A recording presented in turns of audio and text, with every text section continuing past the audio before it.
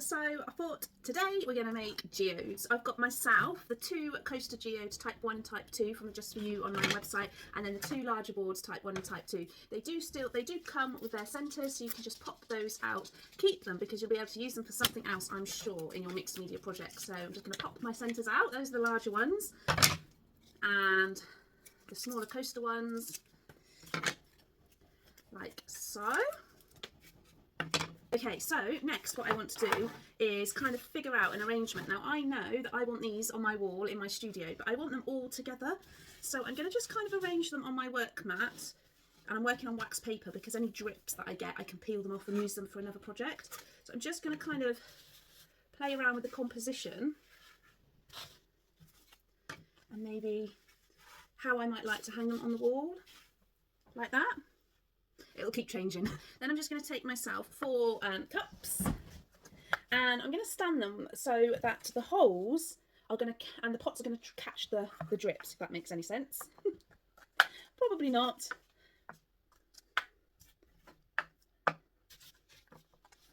And I might not be able to do it on that one because the hole is too big. Might need a third one under that one. What you don't want is that your pot's showing through the apertures of the board, because otherwise the resin will catch and then you won't have a perfect pour, a perfect finish. So you can walk some tape around your edges on the underside of your board to catch any unwanted drips. It's a bit of a fiddly process, but it'll be worth it. Or you can be sure to put just enough resin on your board that you don't get drips, or you can have drips. Some people actually don't mind the drips. They embrace the drips down the side of the board. So all you do is you just literally walk and bend the tape around all the curves of your board until you're all the way around. And the trick is to peel the tape off before your piece is fully cured. Otherwise, if the resin fully cures on the tape, it's going to be really hard work to get it off. So I'm going to be using high gloss, so in a few hours time I'm going to peel the tape off and not touch the boards when I do that. It's a tricky process, but it'll be worth it. So I've got my pigments and my colours. I'm using my own pigments and pastes. I'm going for a pinky purple black geode vibe effect, and I've got some silver floating metal pigment or drifting powder depending on which website you get it from. And yeah, I'm going to just experiment. I want all my 4 geodes to be on par with each other, but you might just be doing 1 geode today. If you're using one of the larger ones, that you're probably going to want to use about 25 resin, 25 mils hardener. If it's a smaller one, you're going to want to use 15-15. I'm going to do all of them at once, and I'm using about 150 mils total mix for all of mine. So I've taken a little bit of Stag Beetle Black, and I'm just going to mix that into my resin, and I'm going to do the same for all of my colours. So there's the black. I'm going to use Hellebore, which, oh, typical. Why do I always pick out empties? Hellebore, you only want a small amount of pigment into your resin mix. Give it a really good stir. These pigments are so concentrated that it means we can cut corners and we don't have to prime our surfaces. If you're using my pigments, just go straight in. In the professional world, we would normally prime any surface with a general white primer, a gesso, house paint, whatever you've got. Your surfaces are porous, so they are going to contribute to a few bubbles, but I'm going to show you how to get rid of any bubbles on the surface. So, Hellebore Stag Beetle Black. I definitely want some butterfly flower. Absolutely beautiful, this pigment. This is one of my pearl pigments. Let me just show you. It's just stunning.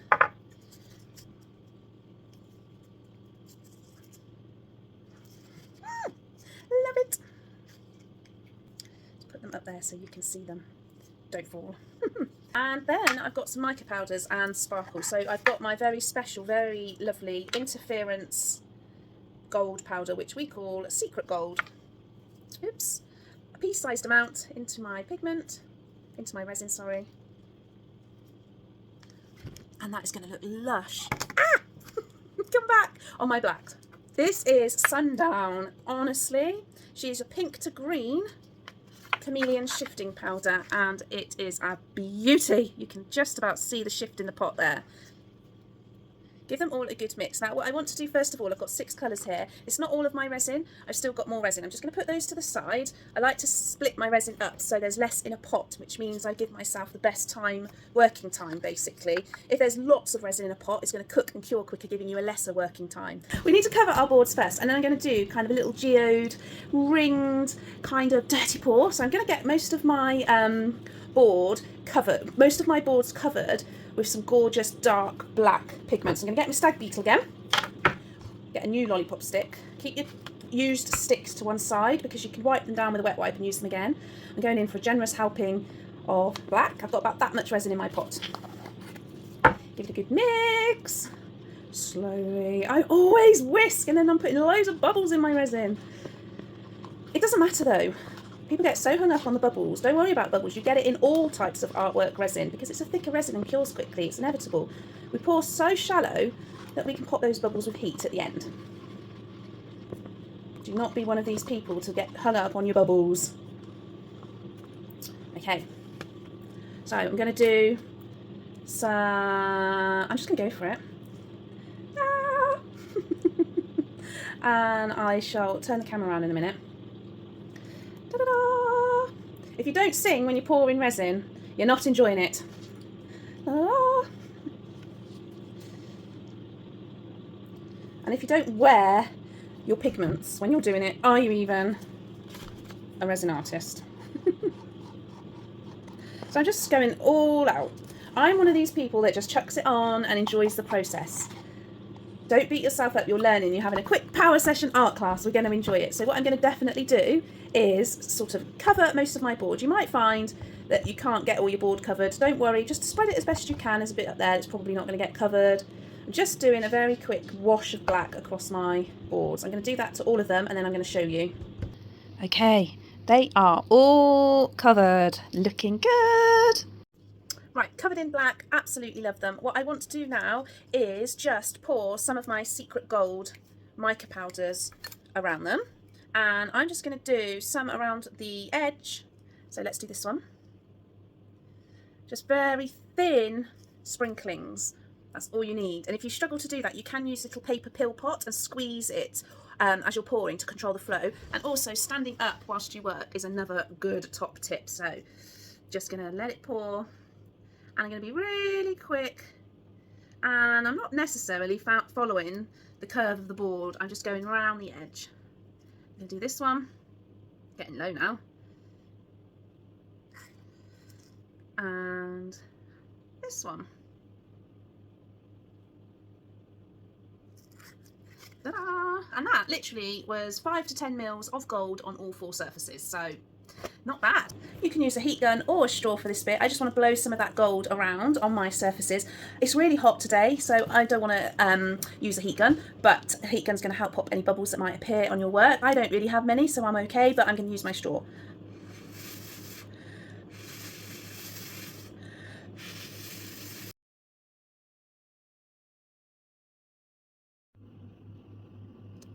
Absolutely beautiful. And because you haven't got too much power from a heat gun, you're going to get some really interesting effects and cells popping up in this gold on this beautiful black. So really pretty. Right, we're going to do dirty pour now. So I've got my 4 colours mixed up and I want to do a dirty pour around the edge of my geode. So I'm just going to pour a little bit of each of my colours into this bigger pot. And I'm going to alternate them as I go.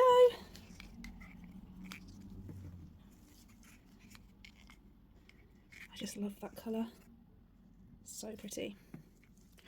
And it doesn't really matter which one goes in first, but if you don't want much gold, then obviously don't put a lot of gold in. If you only want purple and pink, you could just do those 2 colours. So then I've got my pot of mix, keeping it very still, and then I'm just going to very carefully, I'm going to start pouring off the page a little bit just to get it going. And then I'm going to just do most beautiful pours.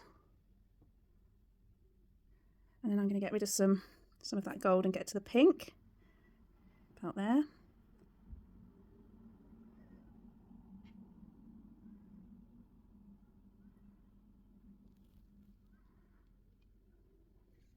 Perfect. And if you're working on a shiny surface, these drips, you can collect those anyway and use them for another project. But look at that. So pretty. Hi, it's the following day and now my geodes are ready to be handled and I want to do the best bit, which is coming on in with the gold pen just to put some definition into it, put some line work in, so the crystals look absolutely beautiful. Here's our drips that we caught in our pots yesterday when we were pouring. There's one in there. Just literally crack the pot and then they'll fall out. So I just want to try and differentiate some of these lines. So all I'm going to do is take the tip of my edging pen. I think I'll start here. I'm very, you can how thin the line is, very carefully. Start putting in some details.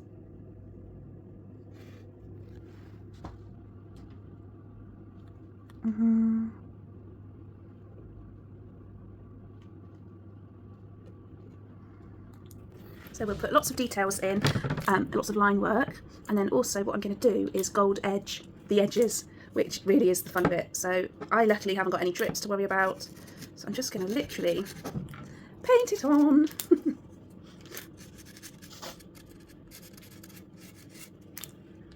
Oh, it looks silver there. It's definitely gold. I'm going to do that to all of them and come back.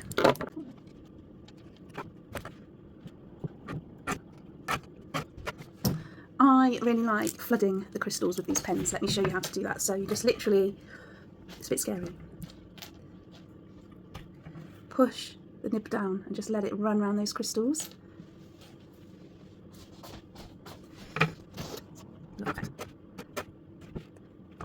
Look how great they look. I do just want to show you, I always take my gold up and over the edges, so on the edge of each aperture and on the outer edge.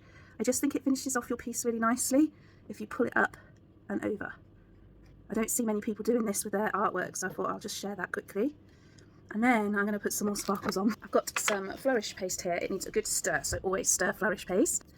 Always give it a really good stir because it does separate a little bit. This stuff is so good. Once it's on, so be sure you know where you want to put it. And I just want some little bits of sparkle in and around my crystals, and I'm going to add some sparkles on top of my flourish paste.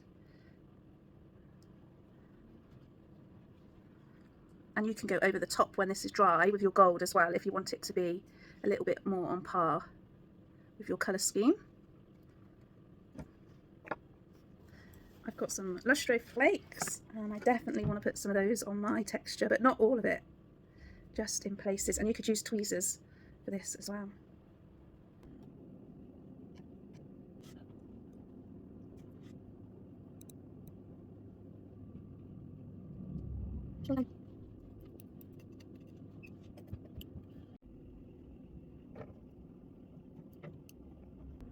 So far, so good.